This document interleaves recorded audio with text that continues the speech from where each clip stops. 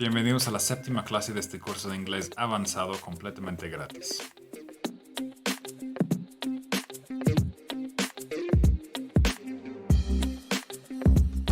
I upload a new video every Monday and Thursday, so make sure you subscribe to my channel to receive notifications.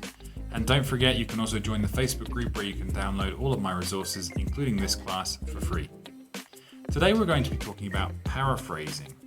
Not only informal or spoken paraphrasing, but also academic paraphrasing, because it's a very important skill. Let's begin. So we're going to talk about paraphrasing, first of all, simple and everyday. So I wanted to let you know, most of this class has actually been taken from this website, which I will leave in the description. It's from the library services of the government of Western Australia, which is kind of weird, but paraphrasing is important all over the world, in Australia too. So, paraphrasing basically is used to express someone else's ideas in your own words, without changing the original meaning.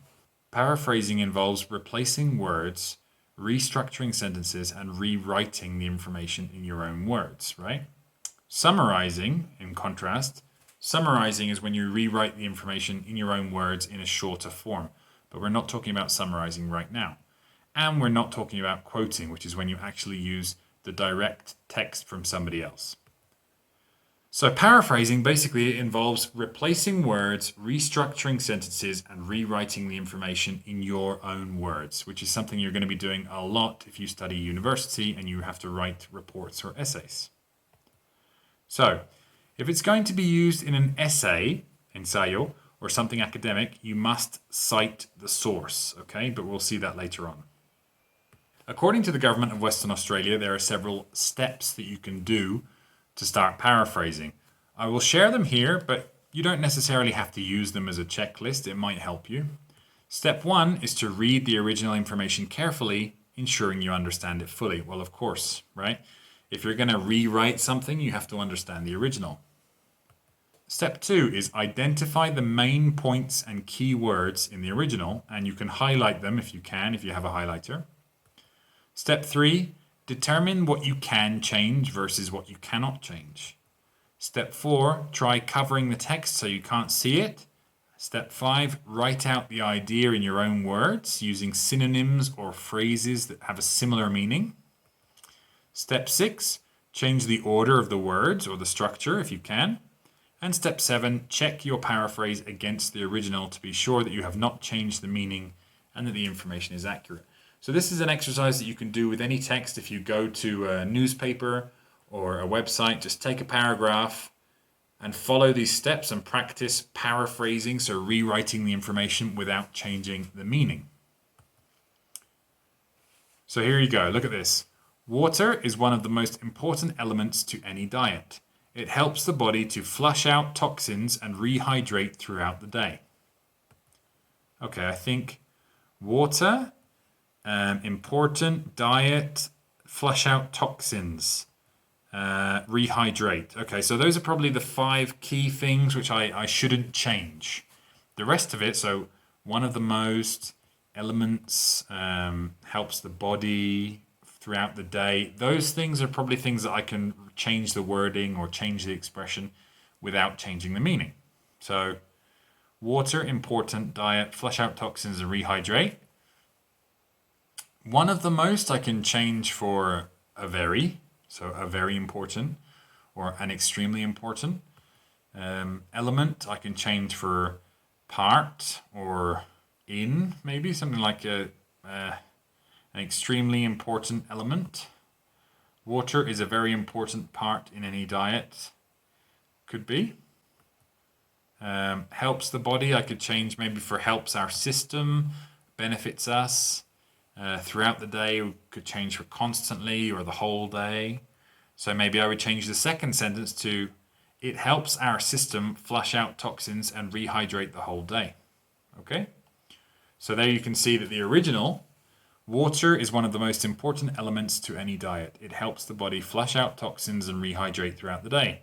And now it says, water is a very important part in any diet. It helps our system flush out toxins and rehydrate the whole day. Okay, so I just paraphrased the sentence there, or 2 sentences. Okay, checklist according to the government of Western Australia. a good paraphrase will have kept the meaning, changed the structure, changed the words. Not all of the words, and maybe not all of the structures. So I look at my example, right? There's the original and there's the paraphrase. Water is one of the most important elements to any diet. It helps the body flush out toxins and rehydrate throughout the day. And now, water is a very important part in any diet. It helps our system flush out toxins and rehydrate the whole day. Is this good? Considering our list here of 3 things? I think so. Okay, here are 3 more paragraphs.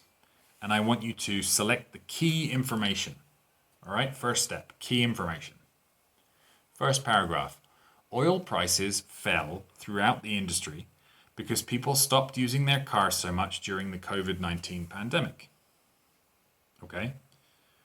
Key information, probably oil prices throughout the industry, the whole industry, using cars and COVID-19, right? So oil prices, using their cars, COVID-19. So that's the key information.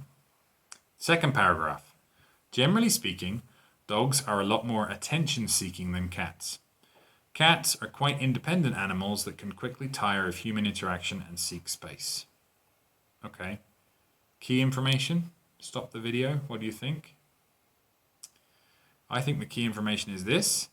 So obviously we're talking about dogs and cats. Attention-seeking, independent, and human interaction. And those are probably the 3 key words that I would remember. The Chicxulub crater is a subterranean meteorite crater buried beneath the Yucatan Peninsula. It is the impact crater of the meteorite that wiped out 75% of plant and animal life on Earth over 66 million years ago. Okay, there's a lot of key information in this paragraph, right? So I think the name of the crater, its position, the Yucatan, the fact that it's a meteorite crater, and the fact that it killed 75% of the animals and plants, and when? 66 million years ago. Okay, so I have my 3 paragraphs with the key information, and now I want you to try to restructure them by changing the other words to have the same meaning but a different structure or different words. I'll show you my first example is this. Okay, there is no one correct answer. There are many different ways of doing this, but my answer would be this.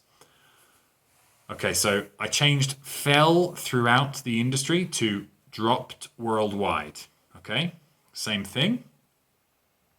Because people, right, that's the same, used their cars. I changed it a little bit, just the tense from using to used. A lot less, okay, so instead of stopped using so much, I changed it to used a lot less. During the, it's the same, and then COVID-19 pandemic is pretty much unchangeable, right? So stop the video and I want you to try to paraphrase, to rewrite these final 2 paragraphs, changing the information that's not in red, okay?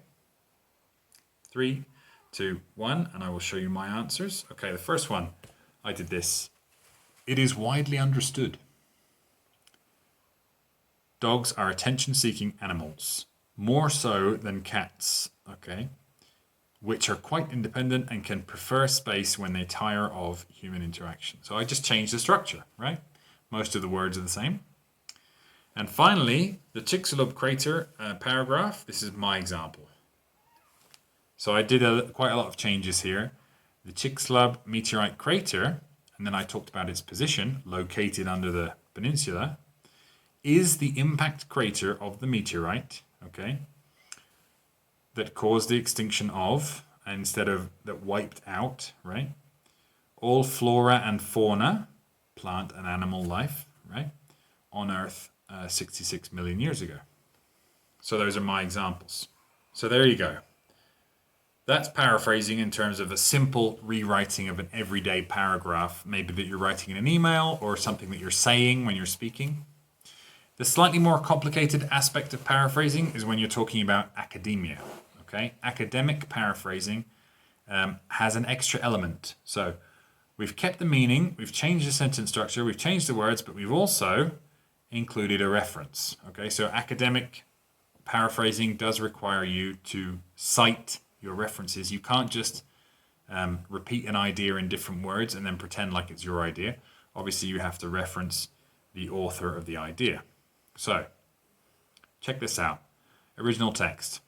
Technology can improve the quality of life and governments need to plan carefully for the future. And this is from Turnbull 2015. The paraphrase, governments need to plan carefully for the future as technology can improve the quality of life. Is this good or bad paraphrasing? It's bad. Why? Well, okay, it's good because it kept the meaning. It's the same meaning. It has changed the structure a little bit, yes. The words are all the same, and you did not mention Turnbull. Okay, so basically you presented this like it was your own idea, which is not good. Okay, here's another one. The hardest language to learn is Mandarin, as fluency requires memorizing thousands of characters. Johnson, 2014. Mandarin is one of the most difficult languages to master because fluency requires remembering thousands of characters.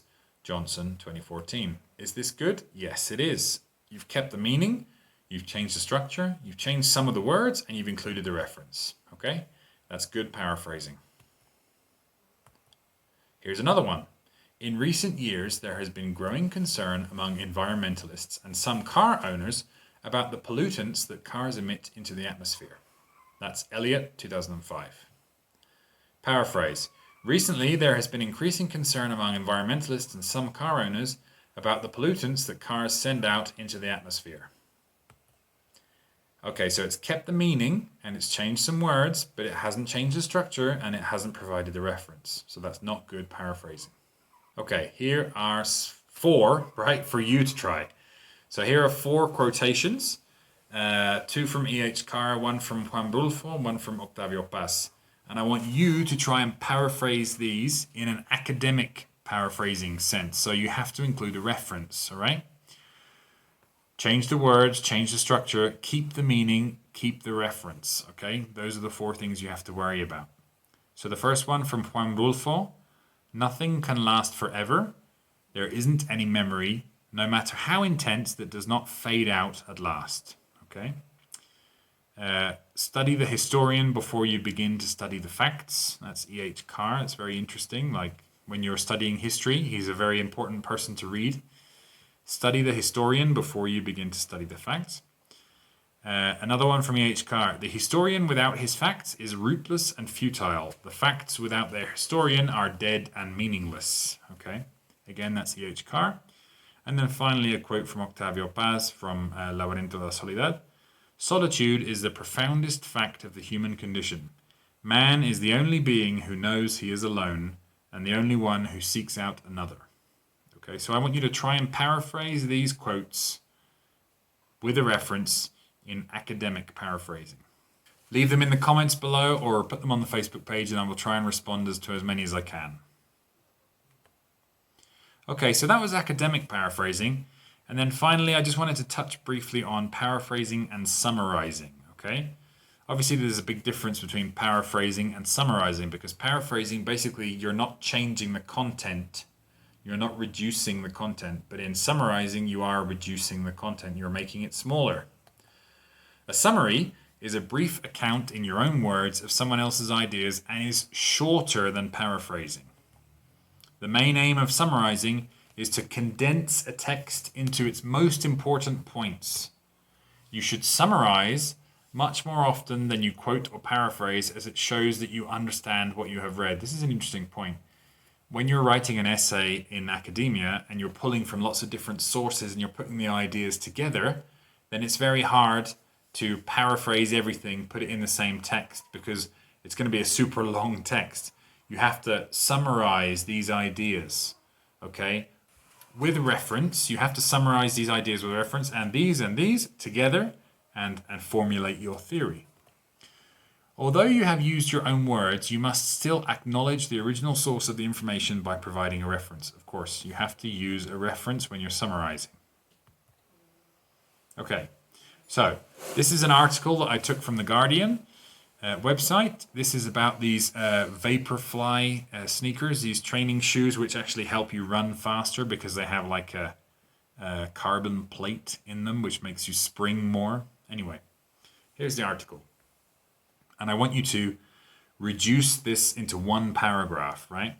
So, World Athletics will not be imposing a blanket ban on the controversial high-tech Nike Vaporflies that have transformed athletics when it announces its long-awaited decision on shoe technology on Friday, The Guardian understands. Okay, so the World Athletics Association is not going to ban these.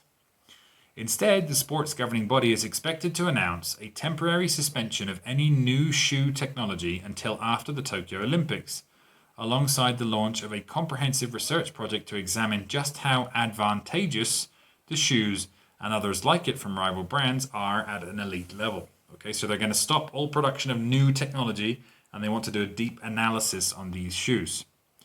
World Athletics is also likely to introduce a tighter set of regulations for new shoes in the future, including the need for companies to present their prototypes for approval before they can be used in competition. So the activity is to reduce all of this information into one paragraph. So the first thing we need to do is to pick out the key information. All right? So in the first paragraph, for example, the key information for me would be this. I'm going to want to include World Athletics, not ban controversial Vaporflies, decision on Friday. Okay, so that's the key information which I'm going to want to include. So stop the video and try and select the key information in paragraph 2 and paragraph 3. Here are the answers, 3, 2, 1. This is the key information in paragraph 2. So instead, suspend new shoe technology after Tokyo research project. And then regulations, prototypes, and approval. Those are probably the 3 main points. So I'm going to try and condense these things into one summary paragraph. And I might say something like this. This is my example. If you want to try it yourself, stop the video because I'm going to tell you my example now. Here we go. World Athletics won't ban the controversial Nike Vaporflies in its decision on Friday concerning shoe technology. Instead, it will suspend any new shoe technology until after the Tokyo Olympics, and after they can research the shoes more. World Athletics will create a tighter set of regulations on prototypes for new shoes. So I've reduced this text from 121 words to 52 words. Okay, that is a good summary. All right. Now this is a summary of a Guardian article, but if I was including this in an academic paper, then I would cite The Guardian 2019 or 2020. Okay. Here's another paragraph for you. This is actually taken from Wikipedia. This is a football team. This is my football team. This is a tiny part of their history. Okay. So if you want to, this is an activity I'm leaving open for you to try and reduce this into one paragraph, just the key information. Okay. Here, because it's a Wikipedia entry, you might think, well, actually every sentence is important, right? Yes, possibly. But there's going to be some things which maybe you think are less important than others, all right? Cut those out, reword it, and if you want to, leave your summary in the comments or leave it on my Facebook page. Okay, so that was paraphrasing. We looked a little bit at simple paraphrasing and everyday paraphrasing. Then we focused on academia, okay, so academic paraphrasing, citations and so on. And then we looked a little bit about the difference between paraphrasing and summarizing, which probably you're going to be doing more of if you're studying. So, idioms. Our 4 idioms for today are break even, go Dutch, shell out, and a run for your money. All 4 of these are related to money again, okay? So, to break even basically means you don't make a profit and you don't make a loss, okay? You're in zeros, right?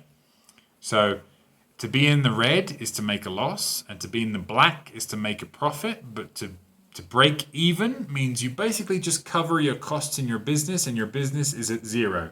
It's not minus, it's not plus, it's just at 0, okay? You're breaking even. So for example there, we just about broke even last year, no profit at all. To go Dutch.